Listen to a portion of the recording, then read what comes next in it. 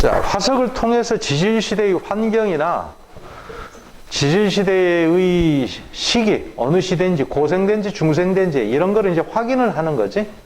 화석이라는 거는 뭐냐면, 과거 지질시대에 살았던 생물체의 유해가 될 수도 있고, 흔적만 남아있어도 돼. 예를 들면 뭐가 있을까? 공룡 발자국. 공룡 발이 있는 게 아니지. 발자국만 있어도 돼. 사실 생물체 유해가 직접 있을 필요는 없지. 모양만 나타내면 된다고. 이걸로 과거의 어느 사실을, 지질시대 사실을 추정만 할 수 있으면 되는 거지. 화석의 생성 조건을 볼게. 개체수가 당연히 많아야 되겠죠. 그 다음에 매몰 속도가 빨라야 돼. 왜 그럴까? 썩기 전에. 썩다가 맞나 이게? 맞아? 썩기 전에 묻혀야 돼. 공기 중에 오래 노출돼 버리면, 썩어 버리면 이거 아니야? 기억 2개 맞아?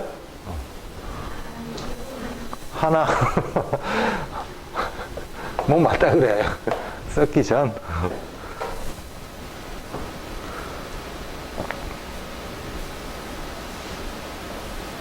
공기 중에 오래 노출돼 버리면 썩어 버린다고. 모양체가 없어지겠지? 썩기 전에 매몰돼야 돼. 그리고 단단한 껍질이나 골격이 있어야 돼. 예를 들면 오징어, 꼴뚜기, 해파리 이런 거는 화석으로 남아있기가 힘들어. 왜냐하면 위에 퇴적물이 계속 쌓이다 보면 눌리면 모양이 싹 없어져 버린다고. 그 다음에 지각변동을 받으면 화석이 유실돼 버리겠지? 지각변동을 되도록이면 받지 않아야 돼.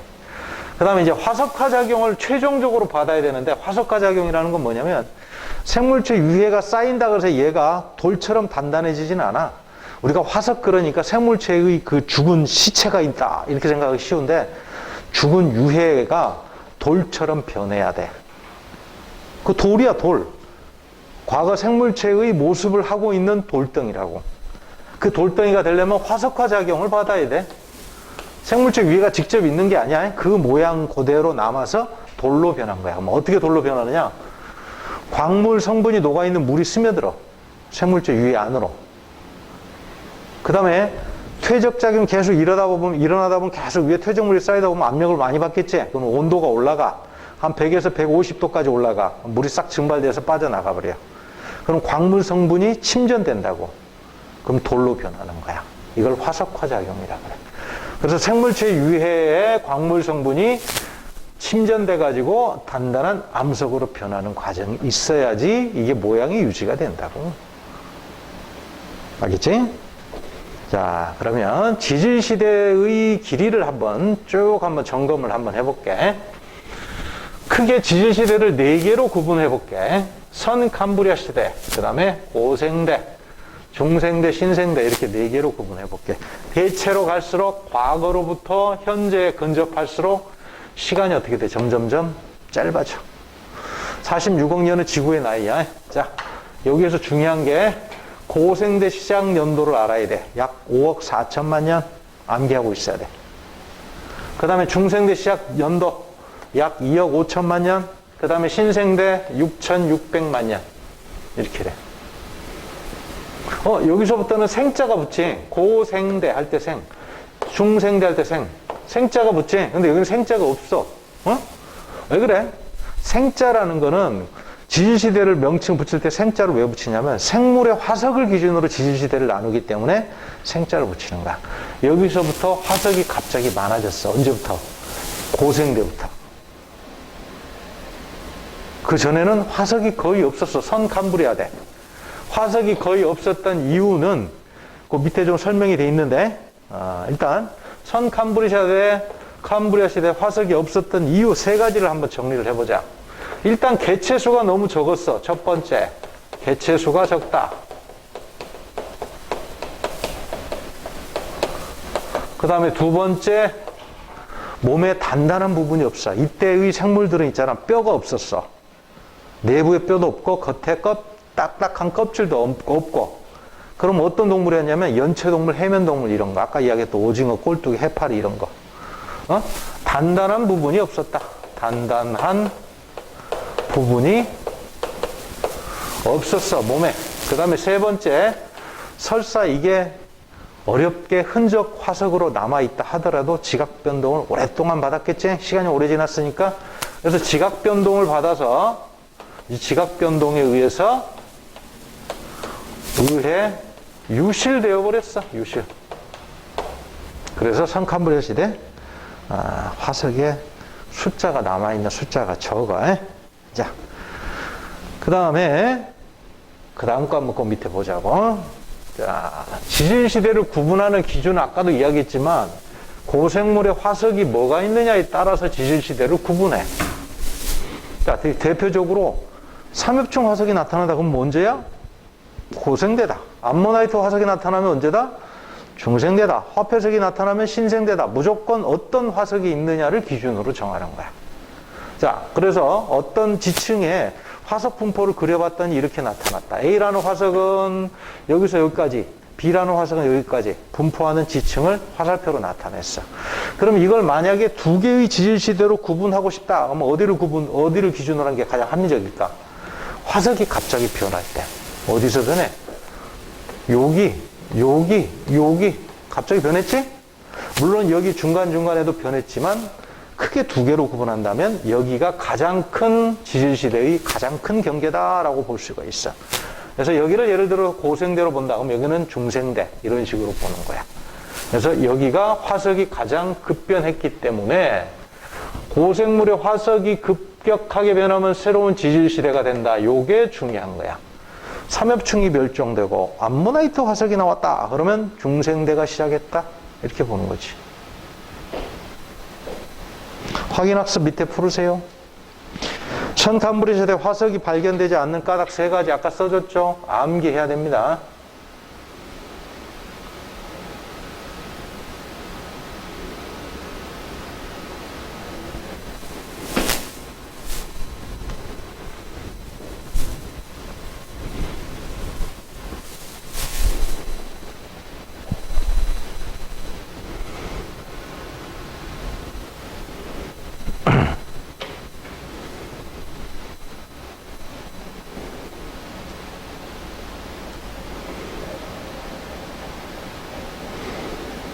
됐나요? 자, 개체수가 적었다. 그 다음에 몸에 단단한 부분이 없었다. 오랫동안 지각 운동을 받아서 유실됐다.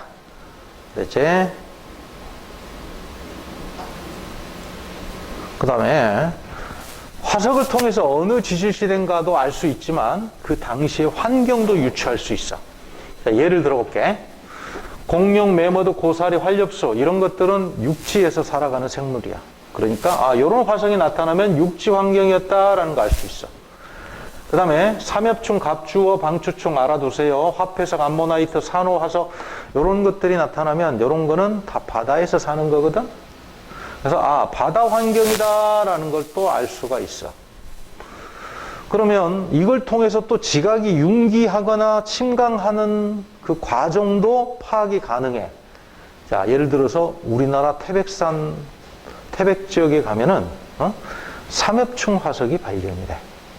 삼엽충 화석은 언제야? 중학교 과정에서 배웠는데 고생대 화석이거든. 근데 어디서 사는 거였어? 바다에 사는 거야.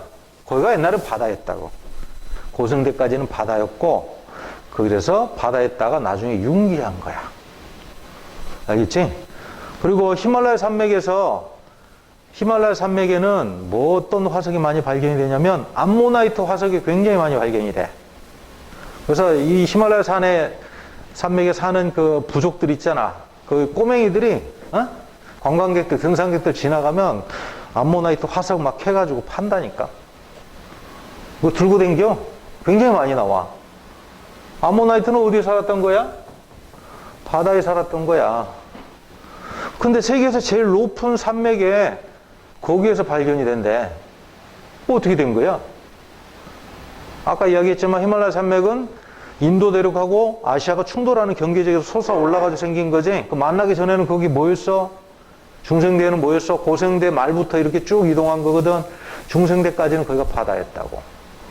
바다에서 퇴적된 화석이 신생대가 돼서 충돌해서 솟아올랐거든. 그러면서 거기에 노출된 거야.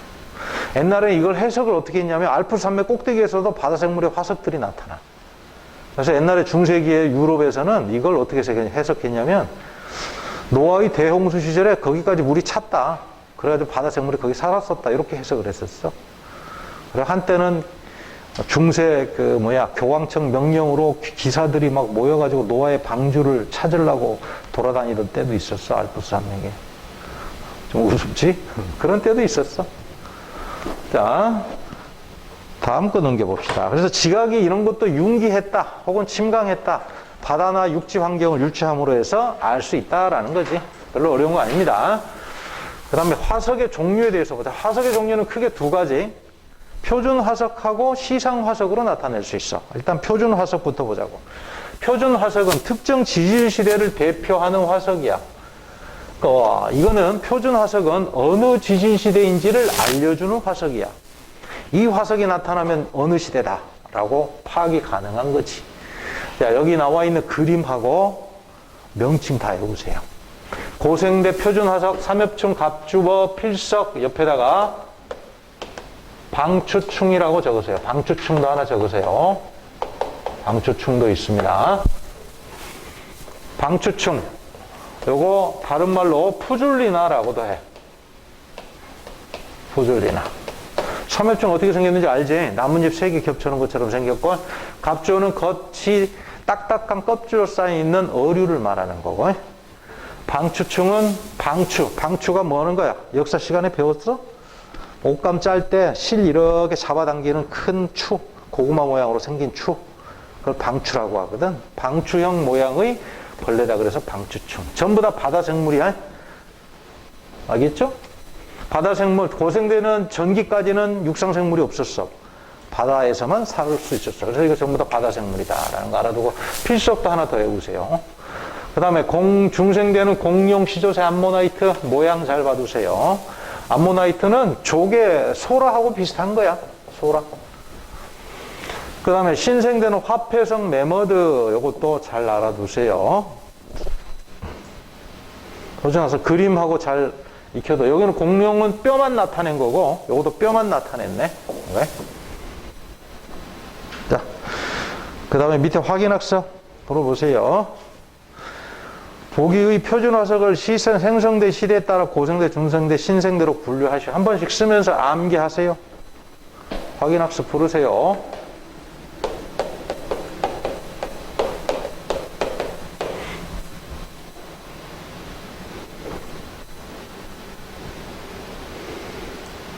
자, 그 다음에 이제 시상화석을 좀 볼게요. 자, 시상화석이라는 거는 나타낼 시자야. 시자가 상황할 때 상자야. 어떤 상황, 기후적인 상황을 나타내주는 화석을 시상화석이라 그래. 그래서 이 화석이 나타나면 어느 시대인지는 잘 몰라.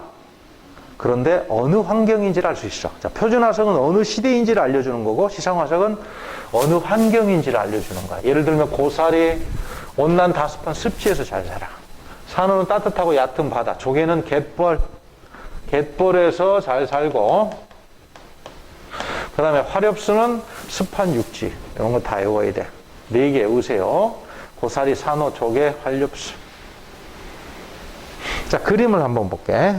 자, 그러면 어떤 지층을 한번 분석을 했더니, 자, 여기는 산호화석, 삼엽충화석, 고사리화석, 공룡화석 이렇게 나왔다 치자. 그러면 여기는 삼엽충이 발견됐으니까, 아, 요거는 고생대구나 라는 거 판단해야 되겠지. 고생대 지층이구나. 그리고 어디서 살았어? 산호나 삼엽충 어디? 해양 생물이죠. 아, 고생대 때 해양 환경이었다라는 거 알 수가 있어. 해양 환경 중에 산호가 서식하고 있는 걸로 봐서 따뜻하고 얕은 바다였다라는 걸 알 수 있어. 근데 공룡이 발견됐네. 그러면 이제 중생대로 시대가 이제 바뀌었겠지. 중생대 지층인데 공룡이나 고사리는 어디 살지? 아, 육상 환경으로 바뀌었네. 육상 환경으로. 자, 그러면 지각이 융기했다. 이것도 판단이 가능한 거야. 바다에 있다가 육지로 융기를 했구나라는 거 알 수가 있지.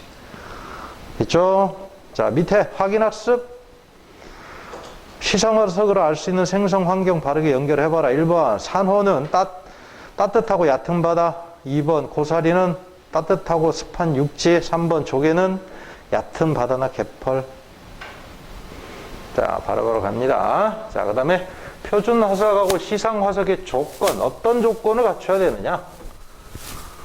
자, 표준 화석은 일단 생존기간이 짧아야 돼.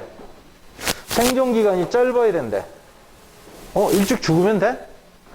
그게 아니고 특정 지질시대만 생존해야 돼. 어떤 생물이 고생도 살고 중생도 살고 신생도 다 살았다. 어느 시대인지 알 수가 없잖아. 최대한 생존했던 그 기간이 탄생해서 멸종했을 때까지 기간이 최대한 짧아야 돼. 짧으면 보다 더 정확하게 알 수 있는 거지. 그지? 그 다음에 분포 면적이 넓어야 돼. 분포 면적이 넓어야 된다는 거 당연하지. 어디서나 다수의 개체가 발견이 돼야만이 어느 시대다라고 판단하기가 쉽겠지. 근데 시상화석은 긴 기간, 생존 기간이 길어야 된대. 좀 반대지 얘하고 짧은 기간인데 요거는 긴 기간이네. 왜 기간이 길어야 될까? 오늘날까지 생존하고 있어야 돼. 오늘날. 자, 쓰세요. 오늘날에 생존하고 있어야 돼. 오늘날에 멸종해버린 생물은 어떤 환경인지 확인이 불가능해. 물론 간접적인 방법으로 확인할 수는 있지만 부정확하다고. 그래서 시상화석으로 제일 좋은 건 오늘날에 딱 생존하고 있는 거. 이게 가장 정확한 거야. 우리가 금방 육안으로 확인할 수 있잖아. 어떤 환경인지. 아까 고사리, 그 환경인지 어떻게 알아? 현재 우리가 고사리 캐러 다니다 보면 그런 데서 잘 자라거든.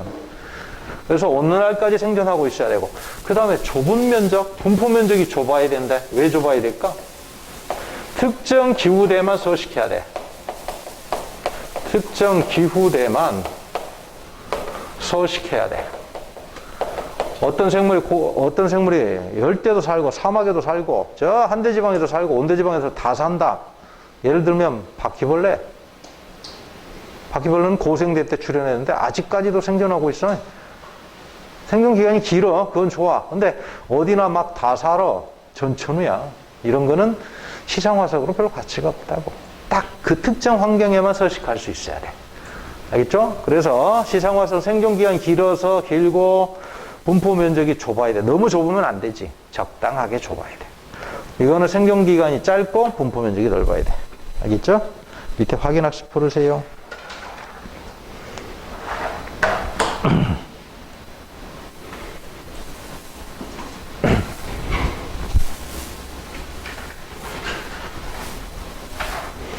자, 넘겨서 맨 문제 풀고 나머지 문제 또 여러분들 풀어. 자, 3번 볼게. 지질시대를 구분한 것이다 그랬네. 가장 긴 거 이거 뭐라고? 선캄브리아 시대. 캄브리아 시대. 캄브리아 대라고 해도 돼. 선캄브리아 대.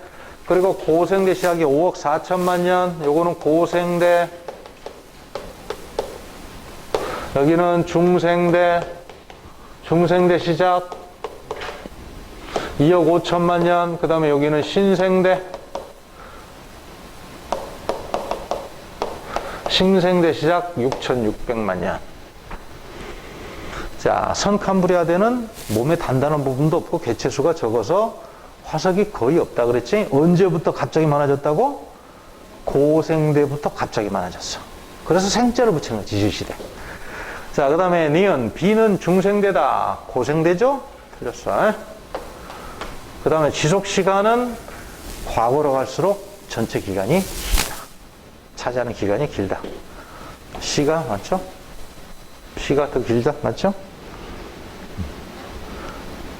4번 볼게.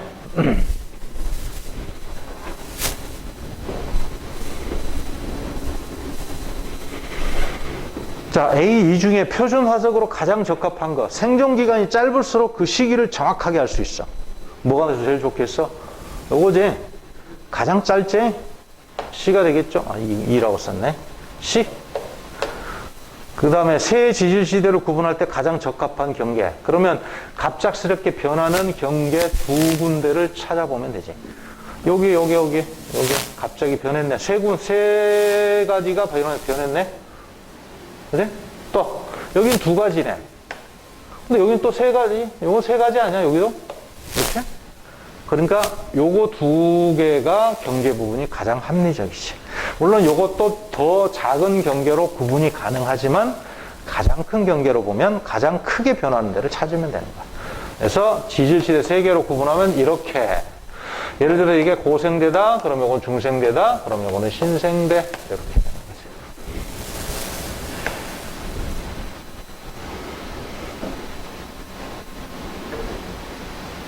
거지. (7번) 표는 서로 다른 세 지역이 A씨에서 발견된 화석을 나타냈다. 설명 옳은 거. 화폐석 어느 시대? 어느 시대입니까? 얘는 신생대죠. 신생대고, 어느 환경? 해양 생물이죠. 해양. 공룡은 중생대. 중생대고, 육상 생물이죠. 이건. 삼엽충은 고생대. 고생대고, 얘들은 해양 생물이죠.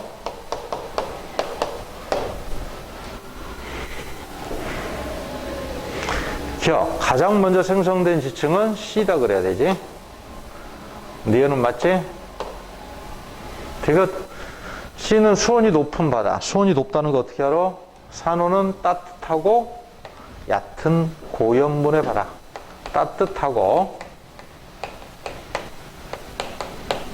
얕은 바다에서 잘 자란다. 서식이 잘 된다. 됐죠? 11번으로 갑니다. 이제 부정한 면이라는 게 나와서 설명을 좀 하려고 그래. 부정한 면이 뭐냐? 부정한 면은 다른 말로 하면 이거는 침식면이야. 침식면. 부정한 면은 침식면을 말하는 거야. 깎여서 나간 거야. 깎여서 나간 흔적을 이렇게 그려놨지? 자, 그럼 부정한 면이 만들어지려면 어떤 과정을 거쳐야 되냐면, 일단, 부정한 면 생성 과정, 부정합 생성 과정을 한번 써볼게.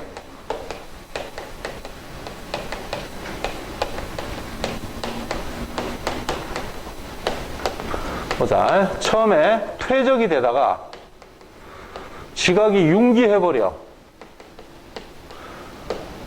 자, 퇴적물이 퇴적이 될 때는 어디서 주로 퇴적이 돼? 수면 밑에, 호수 밑바닥이나 강 밑바닥이나 바다 밑에서 퇴적이 되겠지. 수면 바깥에서는 퇴적이 잘 안 돼. 수면 바깥으로 노출되면 퇴적이 안 되고 뭐가 되겠어? 깎여져 나간다고. 수면 바깥으로 노출된 지표면이나 산, 계곡 이런 건 계속 깎여져 나가잖아. 시간이 지나면서. 지각이 융기해버렸어. 그러면 수면 위로 노출돼. 수면 밖으로 노출. 수면 위로 노출되면 뭐가 일어나?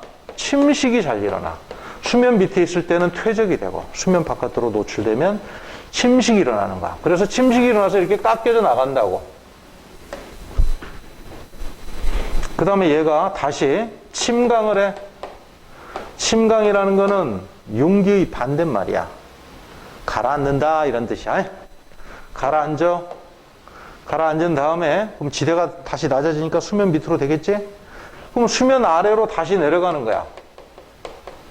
수면 아래로 가. 그러면 뭐가 돼? 뭐가 일어나? 다시 퇴적이 된다고. 그러면 요 위에 퇴적층이 다시 쌓이게 되는 거야. 퇴적이 되다가, 그러니까 D가 퇴적되다가 중단됐다가 깎여져 나가고, 융기돼서 깎여져 나가고 다시 가라앉아서 다시 퇴적이 되는 거지. 그렇죠? 그러면 이 퇴적과 이 퇴적 사이에는 이러한 시간 격차가 존재해. 이러한 시간 격차가, 오랜 시간 격차가 존재하지. 오랜 시간 격차가 존재하기 때문에 화석이 급변해, 갑자기. 화석이 급변. 시간이 오래 지났으니까 기존의 생물이 멸종되고 새로운 생물이 나타날 확률이 많아. 어떤 시간? 융기, 침식, 침강이라는 이러한 시간차가 존재하는 거야. 이 시간이 빠져 있는 거야. 여기에 기록이. 이게 상당히 오랜 시간이거든. 깎여져 나오고 다시 침강하고 다시 쌓으려면 몇 천만 년 걸린다고. 몇 백만 년에서 몇 천만 년 걸려. 그러면 요 위에 지층과 아래 지층 사이에는 오랜 시간 격차가 존재하겠지? 그래서 화석이 갑자기 달라져. 부정한 면을 경계로 해서 화석이 갑자기 달라지기 때문에 얘들은 지질시대의 구분 기준이래, 얘들은. 지질시대가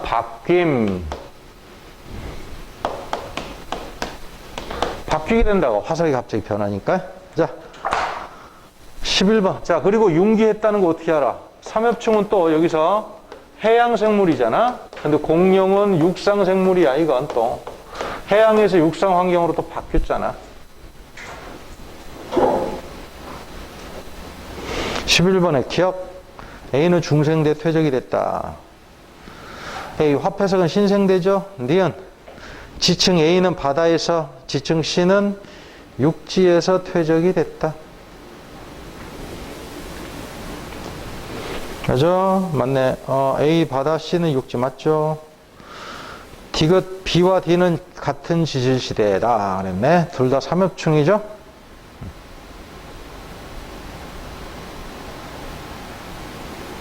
그 다음에 리얼. 나 지역은 지층이 융기된 적이 있다. 여기서 이렇게 바뀌었으니까. 그리고 부정합이 있으면 뭐가 있어야 돼? 융기가 있어야 돼. 융기 침강이 있어야 부정합이 생긴다고. 자, 그 다음에 12번.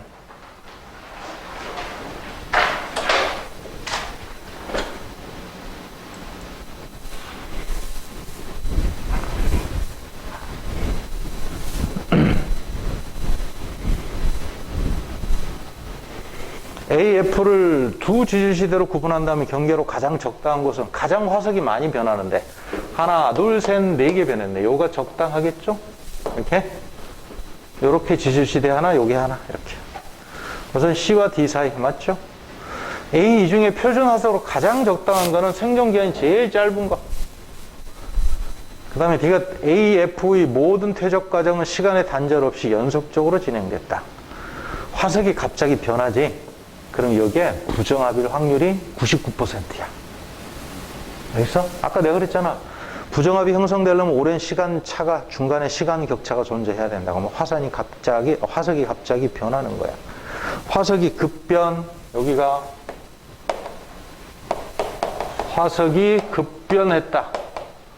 그러면 부정합일 확률이 많다. 부정합이다. 부정합이 되면 퇴적이 됐다가 중단됐다 다시 퇴적이 됐지. 그치? 단절이 있었지? 시간의 단절? 뭐 융기 침식 침강이라는 시간적인 단절이 있었어. 시간적인 단절이 부정합이 있었기 때문에 시간적인 단절이 있었다라고 봐야 돼. 여기. 자, 나머지 문제 18번까지 쭉 풀어보세요. 안 푼 문제 쭉 풀어보세요. 연습 문제는 집에 가서 하고 1번부터 18번까지 안 푼 문제만 골라 풀으세요.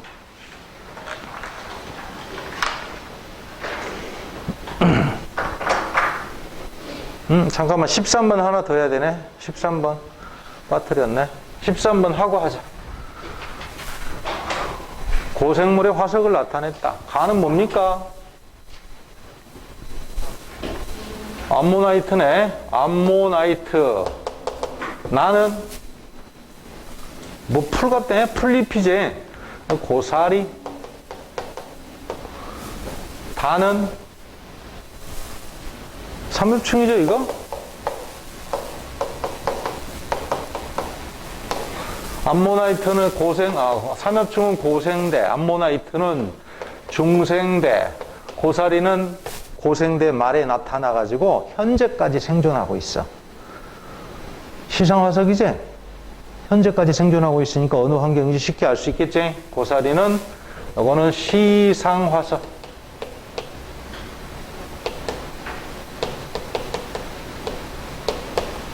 이렇게.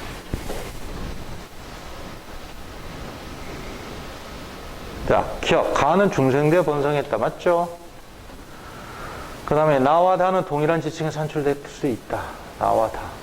고생대가 얘가 저기 뭐냐면 고생대 출현해서 현재까지 생존하고 있거든? 그럼 가능해? 동일한 지층? 고생대 지층에서 산출될 수 있다. 그래서 잘 봐야 돼. 문제를 좀 많이 풀어봐야 돼. 고사리는 얘는 육상생물이고 삼엽충은 해양생물이야. 동일한 지층에서 나올 수가 없지. 서식 환경 자체가 다르지. 네? 서식 환경이 다릅니다. 디귿, 가나다는 모두 표준 화석으로 유용하다. 고사리는 시상 화석. 고생대부터 현재까지 살고 있기 때문에 어느 시대인지는 몰라.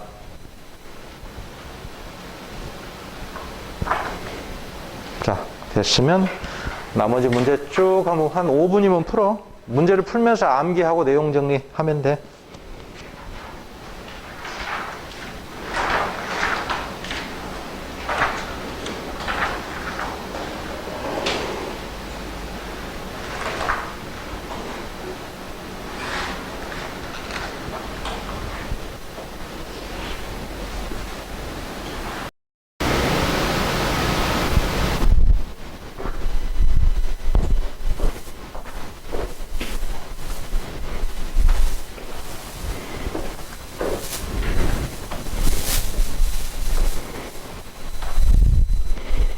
몇 페이지로 가볼게.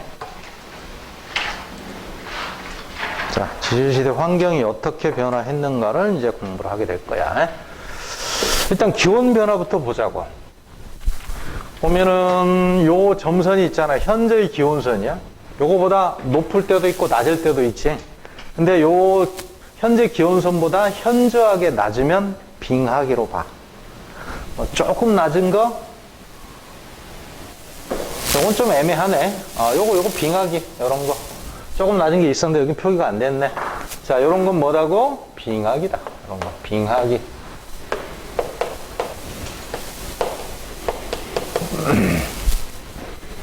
자, 여기도 빙하기가 있네. 여기에. 빙하기 몇 번? 신생대. 빙하기가 4번. 4번. 빙하기와 빙하기 사이는 간빙기라 그래, 요거. 하나, 둘, 3번. 그래서 간빙기 3번. 이렇게 우세요. 간빙기 3번. 그래서 신생대 후기에는 빙하기가 4번, 간빙기가 3번 있다라고 이야기를 해. 그리고 지질시대 말기에는 대부분 다 빙하기가 있어. 빙하기가 있으면 기존의 생물이 멸종이 돼버려. 그리고 나중에 날씨가 따뜻해지면 이제 새로운 생물이 또 나타난다고. 그러니까 당연히 빙하기가 존재하면 지질시대가 바뀌어. 요런 거 중간에 있는 빙하기도 있잖아. 요런 것도 고생대가 또 여러 개의 기로 또 세분화되거든. 또 시대를 고생대 내에는 캄브리아기, 오르도비스기, 실루리아기, 데본기, 석탄기, 페름기 이렇게 등등 나뉘어. 그런 게 나뉘어지는 또 중간에 계기가 된다고. 근데 보면 선캄브리아기 말이나 고생대 말에는 빙하기가 있지. 그러면 중생대에서 신생대로 넘어오는 시기에도 빙하기가 있어야 되는데 그럼 빙하기가 아니지. 중생대는 유일하게 빙하기가 없었던 시대. 빙하기가 없었다. 그리고 가장 온난했다라고 알아두세요. 가장 온난하고 빙하기가 없었다라고 판단하면 돼. 근데 왜 갑자기 생물들이 멸종하고 새로운 생물이 나타났을까? 가장 유력한 학설은 뭐? 운석의 충돌에 의해서 지각을 자극하게 되니까 지각이 불안정해진 거야. 그러면서 화산 활동이 굉장히 활발하게 일어났어. 야, 운석이 충돌해서 깜짝 놀라가지고 공룡이 깜짝 놀라서 죽었다. 충격에서 죽었다. 이게 아니고 이게 지각을 자극하니까 지각 운동이 활발하게 일어나니까 화산 활동이 굉장히 활발하게 일어났거든. 그 화산재가 하늘을 덮은 거지. 햇빛을 차단해서 식물이 죽고 초식동물도 죽고 육식동물 죽고 줄줄이 다 죽은 거야. 빙하기는 없었지만 운석의 충돌에 의해서 대멸종이 일어난 거지. 그러니까 각 지질시대 말기는 무조건 거의 대멸종이라고 보면 돼. 이런 거는. 자, 어쨌건 기후를 이야기했으니까 선 캄브리아 시대부터 해서 어디까지가 온난한 기간으로 보면 되냐면 신생대 전기까지는 온난한 기간으로 보면 돼. 여기까지. 그래서 대체로 온난했다 이렇게 생각하면 돼. 대체로 온난했습니다. 그 다음에 여기서부터는 한랭했지. 여기서부터. 신생대 후기는 한랭한 기후였다. 그리고 이 한랭한 기후 동안에 빙하기가 4번, 간빙기가 3번 있었다.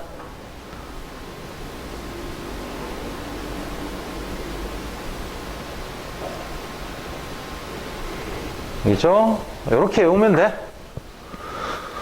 자, 그럼 밑에 이제 수륙 분포의 변화를 한번 보자고.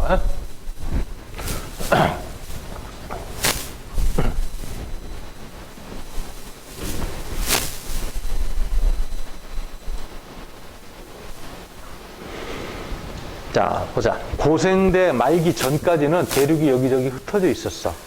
그러다 고생대 말에 대륙이 하나로 다 모여버렸어. 그래서 거대한 대륙을 형성했거든. 이걸 뭐라고 하냐면 초대륙이라 그래. 거대한 대륙이야. 거의 대부분의 대륙이 딱 붙어버린 거지. 이 거대한 초대륙을 뭐라고 하냐면 판게아라 그래. 언제? 고생대 말에, 고생대가 끝날 때쯤에서 판게아가 형성이 됐어. 판게아가 형성되면 좋은 거야, 나쁜 거야? 생물의 대멸종을 가져왔어. 왜? 이때까지는 대부분의 생물들은, 고생대는 다 바다에 살았거든? 오존층 때문에 육상에서 생물들 살아가기가 힘들었어. 대부분 바다에 살았어. 근데 바다 생물은 얕은 바다에 많이 살아? 아니면 깊은 바다에 많이 살아? 어디에 먹이가 많아? 얕은 바다에 생물의 개체수가 훨씬 많아. 먹이가 많기 때문에. 그런데 대륙이 딱 붙어버리면 해안선이 사라지잖아. 얕은 바다는 해안가 근처가 얕은 바다잖아. 해안선이 사라지니까 천해 환경이 급속하게 축소가 되어버렸어. 천해. 얕은 바다를 천해라 그래. 그래서 해양생물의 대멸종이 일어난 거지. 이 생물은 해양생물이야. 해양생물. 해양생물의 대멸종이 일어난 거야. 왜? 해안선의 급격한 축소. 그래서 삼엽충을 비롯한 고생대 화석들이 싸그리 다 멸종을 해버렸어. 방추충, 필석, 뭐 이런 거 다 멸종을 해버렸어. 그래서 이게 가장 지구 역사상 가장 큰 멸종이야. 지구 최대의 멸종이다 이렇게 생각하면 돼. 지구 최대의 멸종 이렇게 적으세요. 이 이때 일어난 거지. 언제? 판게아 고생대 말에 판게아 형성 시 해양생물의 대멸종 이렇게 생각하면 돼. 그러면 이제 고생대가 끝나고 이때는 이제 중생대야. 중생대가 시작이 되면 이제 대륙이 다시 갈라지기 시작해. 어떻게 갈라지냐면, 자, 여기 중간에 바다가 생기지? 얘는 이렇게 가. 그 다음에 얘는 이렇게 가고, 얘는 이렇게 가고, 얘는 이렇게 가. 그러면서 여기서 바다가 이렇게 생겨. 요 바다 이름이 뭐? 대서양. 대서양이야. 모양을 잘 보세요. 이거 북아메리카지? 남아메리카지? 아프리카? 그 다음에 유라시아. 그러면서 대서양이 형성이 돼요. 요게 대서양이 형성이 된다고. 대서양이야, 이게 바로. 그러니까 대서양은 언제부터 생겼다? 중생대 초기부터 생겼다. 그럼 고생대는 대서양이 없었어. 그래서 대서양의 해저 화석을, 해양생물의 화석은 고생대 생물의 화석은 한 개도 없어. 중생대 이후부터 존재하는 거지. 그 다음에 요게 남극이야. 그리고 인도가 어디 있냐? 어디 있는가 봐. 요게 인도거든, 요게. 인도가 어디 붙어 있어, 지금? 남극 대륙에 붙어 있어. 자, 남아메리카, 아프리카, 인도, 오세아니아, 남극. 대충 이해가지? 근데 얘가 갈라진 거야. 인도가 위로 올라가지? 이렇게 인도가 올라가기 시작해. 오세아니아도 위로 올라가. 그리고 남극은 살짝 밑으로 내려와, 남극 대륙은. 그러면 여기에도 바다가 하나 큰 게 생기겠지? 요 바다가 뭐야? 인도양이야, 인도양. 요 바다가. 인도양. 인도양도 언제 생겼다? 중생대 초기부터 생긴 거야, 중생대 때. 얘도 고생대 때는 인도양이 없었어. 그럼 여긴 뭐야, 여기? 태평양이지. 태평양은 어떻게 되겠어? 얘들 둘이 이쪽으로 가니까 태평양은 점점점 좁아져. 자, 어쨌건 간에 여기 북아메리카와 남아메리카가 태평양하고 부딪히겠지? 그럼 요 경계 부분에 뭐가 생기겠어? 충돌, 수렴 경계가 생기겠지? 여기에 산맥이 생긴다고. 무슨 산맥? 여기에 로키 산맥, 그 다음에 여기는 안데스 산맥. 로키 산맥, 안데스 산맥은 그래서 아메리카가 서쪽으로 북서쪽으로 이동하는 과정에서 태평양하고 충돌해서 생긴 수정 경계야. 얘들도 언제 생겼어? 안데스, 로키 산맥도 중생대 때 생겼어. 이해가? 자, 그래서 대서양, 인도양, 로키, 안데스는 중생대 때 생겼다. 아직 알프스, 히말라야는 안 생겼어, 이때는. 자, 그 다음에 인도가 어디 붙어 있는가 봐봐. 여기까지 쭉 인도가 올라가기 시작하지. 됐죠? 지울게. 자, 여기 있던 인도가 계속 위로 올라가. 그래서 여기 와서 충돌을 한 거야. 어디까지 왔어? 여기까지 왔네, 여기, 인도가. 여기 인도 왔다라고, 여기 인도가 여기까지 왔다고 표기를 해놨지. 이제 드디어 뭐하고 충돌했어? 유라시아하고 충돌한 거야. 대서양 많이 넓어졌지?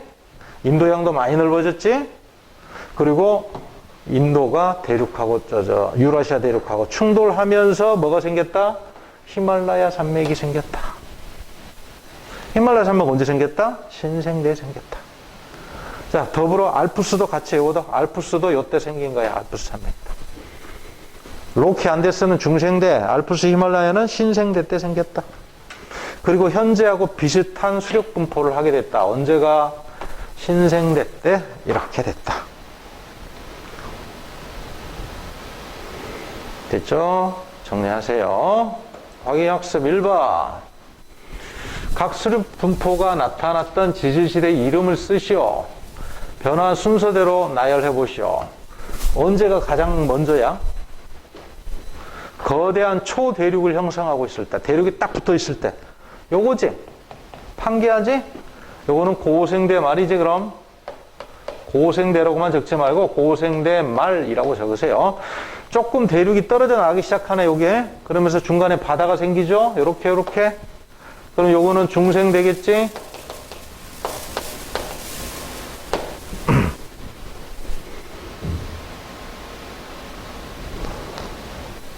그 다음에 이제 대서양이 더 넓어지고 인도양도 더 넓어졌네. 현재와 비슷한 수력 분포를 하겠네. 이게 신생대가 되는 거지, 그러면. 됩니다. 순서대로 하면 되겠죠. 그 다음에 확인학습 2번. 판기아가 형성된 시기는 언제라고? 적으면서 외우세요. 고생대 말. 그 다음에 알프스, 히말라야 산맥 형성대 현재와 비슷한 수력 분포는 신생대. 판기아가 분리되면서 인도양과 대서양이 형성된 시기는 중생대. 확인학습 2번. 공표 발표해보자. 선캄브리아대는 전반적으로 내가 그랬잖아. 신생대 전기까지는 대체로 온난 이러면 돼. 한랭이 아니라 온난했다라고 하면 돼. 대체로 온난. X. 고생대 말에 큰 빙하기가 있어. 각 지질시대 말기에는 대부분 있었어. 언제만 없었어? 중생대 때 없었다. 중생대 때 가장 온난한 시기였다 그랬어. 그래서 중생대 가장 온난, 여기다 가장이란 말 쓰자. 가장 온난했다. 중생대. 신생대는 전 기간 동안에 빙하기가 4번. 됐나요? 다음 페이지로 갈게요.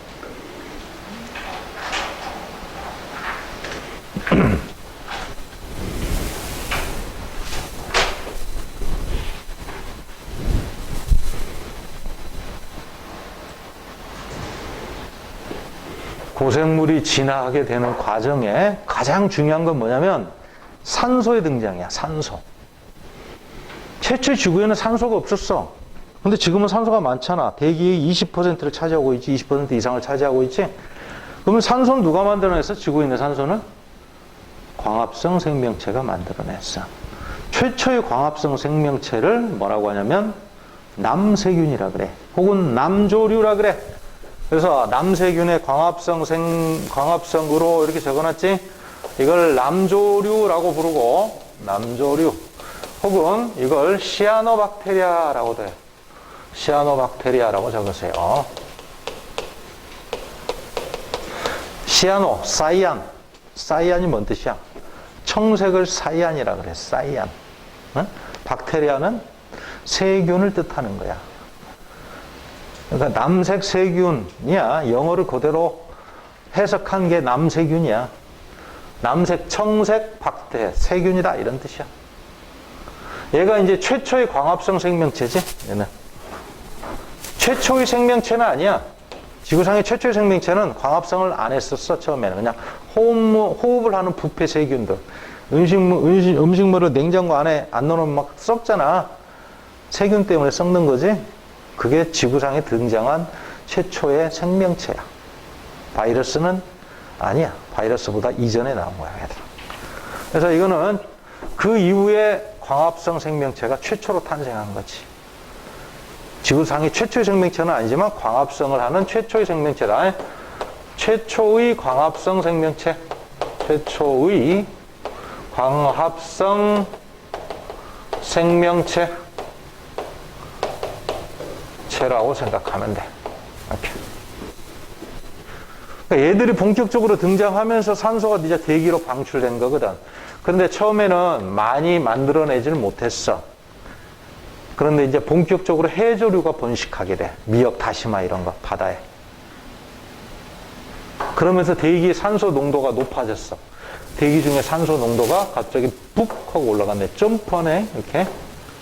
근데 대기 중에 산소 농도가 증가하다 보면 이 산소는 산소 분자 3개가 모이면 뭘로 바뀔 수 있냐면 얘들끼리 다시 화학반을 거쳐서 O3가 돼. O3가 뭐야, 이거? 오존이야, 오존. 요거는 산소 분자. 요거는 오존 분자. 오존 분자 2개가 뜩 만들어져. 오존 어떤 역할을 한다고 배웠어? 어떤 역할을 한다고 배웠어? 얘는 자외선을 흡수하지? 자외선을 차단하는 역할을 하지? 얘가 자외선을 차단하니까 드디어 생물들이 육상으로 진출을 하게 된 거야. 이렇게 해서 나타난 이 생물들이 뭘까? 그러니까 요게 언제냐면 고생대 말이거든? 고생대 말. 고생대 말쯤에 육상으로 고생대 중기라고 하잖아요. 말에 번성했어. 고생대 중기에 진출을 고생대 말에 번성한 거야. 그 전에는 다 해양생물이었어. 자, 그러면 바다에 살던 동물이 최초로 육지로 위로 올라왔어. 그 동물이 뭐겠어? 양서리야, 양서리. 양서리 뭔 뜻이야? 양쪽에다 서식한다 이 말이야. 에? 개구리.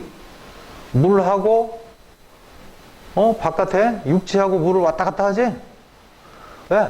막 육지로 올라온 동물군이야. 동물의 종이거든. 아직은 물이 많이 필요하기 때문에 물이 있는데 근처에 살지. 식물은 고사리류의 양치식물이야. 중간에 이끼류가 있어. 해조류가 이제 육지로 서서 올라오면서 이끼로 이제 번식을 해. 이끼로 이제 진화를 해. 그러다가 이게 잎이나 이런 게 조금 더 발달하면서 양치식물이 돼. 양치식물의 대표적인 게 고사리야. 이렇게 진화를 하게 된 거지. 그래서 서식지가 이제 육지로 확대가 되는 거지. 생물수가 급격하게 증가하게 된 거야.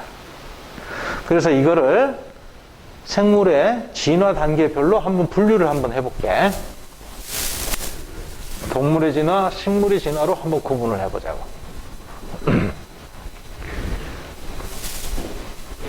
선 캄브리아 시대에는 무척추 동물하고 해조류가 있었어. 광합성 세균은 요 이전에.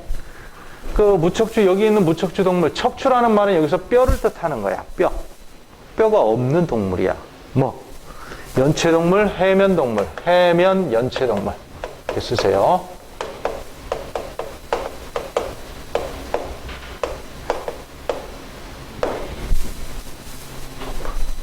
해파리, 문어, 꼴뚜기, 오징어 이런 거. 자, 이때 선 캄브리아대 번성한 해양 무척추 동물, 이러한 동물을 뭐라고 하냐면 에디아카라 동물군이라 그래. 여기다 쓰자. 이러한 동물을 요걸 에디아카라 동물군 그래.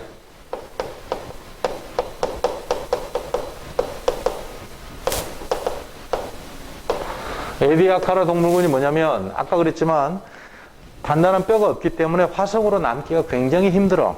그래서 거의 남아있지 않는데 세계적으로 유일하게 호주의 에디아카라라는 지역에 유일하게 흔적만 남아있어. 해파리 흔적이 남아있어. 저 동물의 흔적이. 그래서 얘들을 에디아카라 동물군이다 이렇게 불러요. 이렇게. 그러다가 이제 고생대 들어오면 이제 어류가 번성을 하지. 대표적인 어류가 뭐야? 갑주어죠, 갑주어. 드디어 뼈가 생기기 시작하는 거야.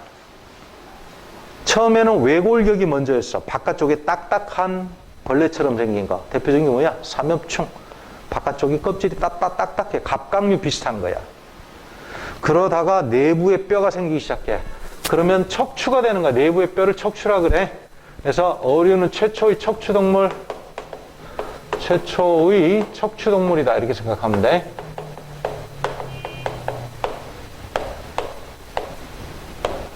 갑주어 말하는 거야, 갑주어. 뼈가 있으면 어떻게 될까? 신체를 튼튼하게 만들 수 있고, 크게 만들 수 있고, 복잡한 구조를 만들 수 있어. 먹이 섭취 능력도 좋아져. 강하게, 자, 해파리가 먹이를 물고 소화를 시키려면 씹어야 되는데 이빨이나 뼈가 없잖아. 단단한 단단한 모양을 가진 먹이는 섭취하기가 불가능하지. 근데 이제 뼈가 있으면 몸을 튼튼하게 만들 수 있고 강하게 힘을 가할 수 있지. 생존 능력이 좋아지는 거야. 그러다가 완전히 육상으로 올라오게 돼. 양서류, 양쪽에 다 서식하는 양서류가 된다고. 그리고 이제 이게 조금 더 건조한 환경, 육상 환경에 적응을 하면서 다리가 이제 튼튼하게, 길고 튼튼하게 변해. 공룡과 같은 파충류가 되는 거야. 그 다음에 얘가 이제 조류와 포유류로 번성을 하면서 얘들은 뭐야? 항온 동물이지. 신체의 온도를 적절하게 유지를 할 수 있는 능력이 있어. 그래서 추운 지방에도 서식할 수가 있어, 얘들이. 서식 범위가 넓어지는 거지. 생존 능력이 계속 좋아지는 거야. 포유류와 조류가 되는 거지. 파충류는 몸에 털이나 이런 게 없잖아. 그치? 추운 지방에 서식하기가 힘들어. 그 다음에 해조류에서 이제 양치식물, 드디어 양치식물 고사리, 육상생물로 진화를 하게 돼. 그래서 양치식물과 양서류가 번성하게 되는 요 사이에 뭐가 있었다? 사이에 오존층이 형성됐다라고 봐야 되겠지? 그죠? 오존층이 형성된 거야, 요 사이에서, 여기서. 양치식물 고사리류인데 아직은 육지로 올라온 지가 얼마 안 됐기 때문에 물이 많이 필요해. 그래서 습한 지역에 살아. 그러다가 건조한 환경에 적응을 해. 건조한 환경에 적응을 하려면 포자로 번식하면 안 돼. 고사리는 포자 번식이잖아. 포자는 말랑말랑하거든. 그래서 건조한 지역에 가면 말라버려. 또 추운 지역에 가면 얼어버리고. 다음 세대를 이어갈 수 있는 배아를 씨앗 속에, 단단한 껍질 속에 보관을 하게 돼. 이걸 종자라 그래. 씨앗이라 그래. 종자식물이 되는 거야, 이때부터. 얘들은 그래서 종자식물이야. 이 종자식물은 어떤 환경에 적응을 한 거다? 건조하고 추운 환경에 적응을 한 거지. 적응을 하게 된 거야. 씨를 속에 보호하면 더 보호가 잘 되겠지? 그래서 거시식물 다음에 속시식물이 되는 거지. 시기별로 외워둬. 그래서 양서류나 양치식물, 육상생물이 출현한 거지. 얘들은 육상생물이야.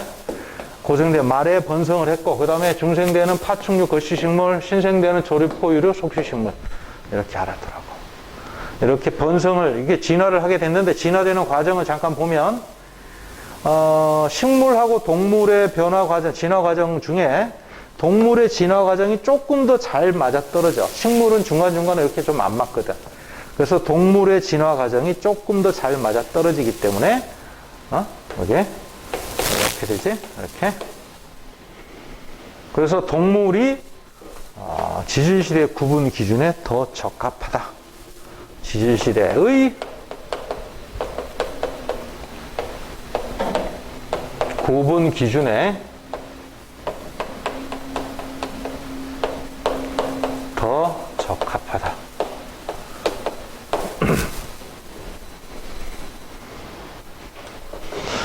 자, 그 다음에 확인학습 풀어보세요.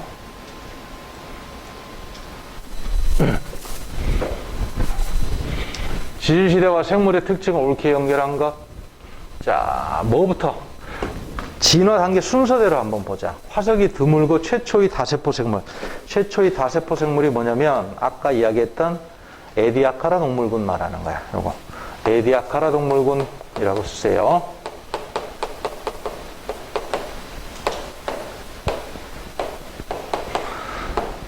뭐야? 선 캄브리아 되지? 그러다가 이제 어류와 양서류, 양치식물이 번성을 하지. 고생되지? 그 다음에 양치식물하고 양서류는 육상생물이야. 이제 육상으로 진출을 해서 조금 더 건조한 환경에 적응을 하게 되면 파충류와 거시식물이 되지. 중생대. 그리고 포유류 속수식물은 신생대. 다 외웠나요?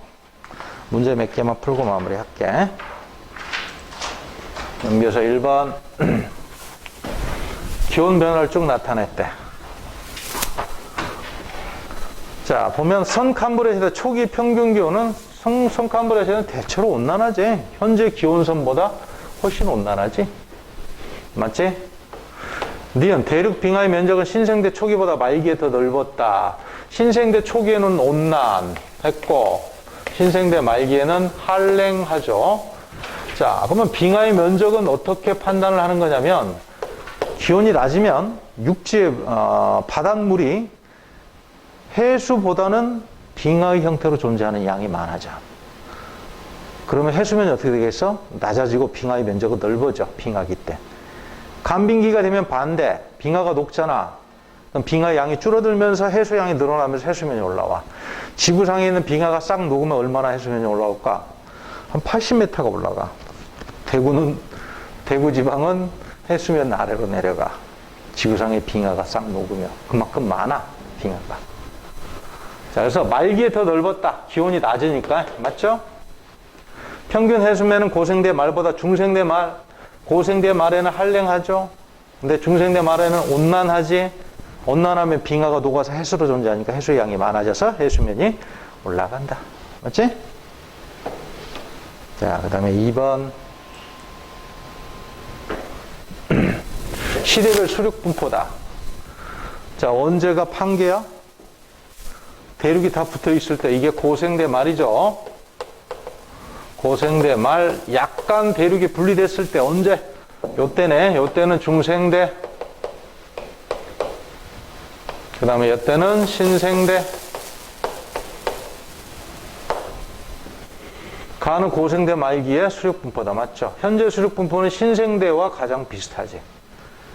대서양이 형성된 건 언제? 중생대다. 여기죠, 여기 이제 서서히 생기기 시작하지. 대서양. 여기 인도양이 생기기 시작하고. 그 다음에 4번 다에서 히말라야 산맥이 형성됐다. 히말라야 산맥은 언제? 신생대 때 생겼죠, 신생대. 인도 대륙이 여기 딱 가서 붙어버렸네. 아직은 인도 대륙이 여기 있지, 중생대 때는. 틀렸지? 5번 가보다 나에서 해양생물의 수가 많을 것이다. 어떻게 알아? 해안선이 더 길잖아. 해안선이 짧지. 요런 데만 해안선이니까 해양생물의 대부분은 천해 환경, 해안가에 많이 산다고. 해안선이 길이가 길면 해양생물이 더 서식하기가 좋아. 맞는 거지, 그럼. 5번. 3번 번성한 순서대로 나열을 해보시오. 자, 선 캄브리아대 해양 무척주 동물, 해면 연체 동물, 뼈가 없는 느물느물한 거 뭐? 에디아카라 동물군. 요게 첫 번째.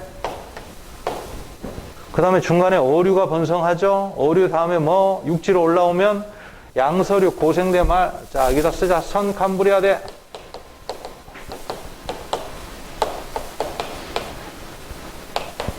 이거는 고생대 말.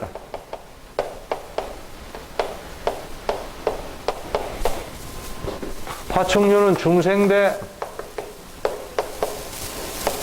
포유류는 신생대.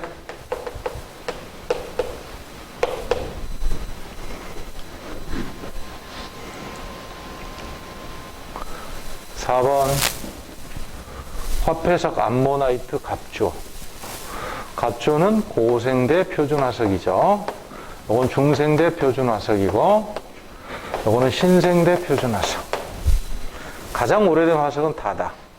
나가 번성하였던 시기에 양치식물이 번성했다. 양치식물 아까 봤지? 고생대 말에 육상생물이 생기면서 번성했던 식물이 양치식물이지. 얘는 고생대 말. 이 양치식물이 썩어서 된 게 뭐야? 석탄이야. 이때 양치식물은 굉장히 컸어. 키가 막 30m, 40m, 둘레가 막 몇 미터씩 되는 거대한 양치식물이 땅에 묻혀서 대량으로 탄화돼서 생긴 게 석탄이야. 그래서 고생대 말에 생겼어. 지금 우리 인류가 쓰고 있는 석탄들은 전부 다. 나시기 틀렸지? 이것도 틀렸지? 이건 맞지?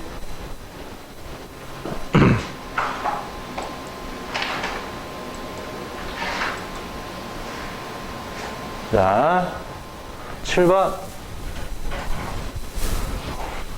요 그림을 잘 보라고. 요 그림. 언제 번성했는가 봐봐. 가장 번성한 시기 혹은 출현한 시기를 먼저 보자고. 번성한 시기. 어류가 요때 번성했지? 첫 번째. 그 다음에 뭡니까? 동물로 치면 양서류가 두 번째. 첫 번째. 두 번째 양서류. 그 다음에 뭐야? 파충류가 세 번째지. 세 번째 요때 번성했지? 그 다음에 조류 포유류가 네 번째. 이렇게 머릿속 잘 봐두라고. 여기 빈칸 딱 채워놓고 이거 뭐냐라고 물어보거든. 파충류인지 양서류인지 판단할 수 있어야 돼. 여기 빈칸을 비워놓고 물어본다고. 식물은 양치식물 1번, 걸씨식물 2번, 속씨식물 3번째. 이런 식으로 순서대로 출현하고 번성했어. 기억. 가에서 해양생물의 서식지는 언제가 더 넓었어? 해안선이 많아야 돼. 그럼 대륙이 떨어져야 되겠지? 그치? 고생대 말보다는 중생대 말이 더 넓었다. 맞지? 고생대 말에는 대륙이 딱 붙어 있어서 해안선의 길이가 짧지. 니은, 나에서 척추동물이 처음으로 출현한 시기는 중생대다. 그러네. 최초의 척추동물이 뭐라고? 갑주어. 갑주어는 언제야? 고생대야, 고생대. 틀렸지? 못 맞고. 디귿, 고생대 말기에 나타난 생물계의 큰 변화는 판개 형성과 관련이 있다. 고생대 말에 갑작스럽게 해양 생물이 사라졌어. 그거는 뭐 판개 형성과 관련이 있다. 한 문제만 더 풀고 마무리를 하겠습니다. 10번 한번 보세요.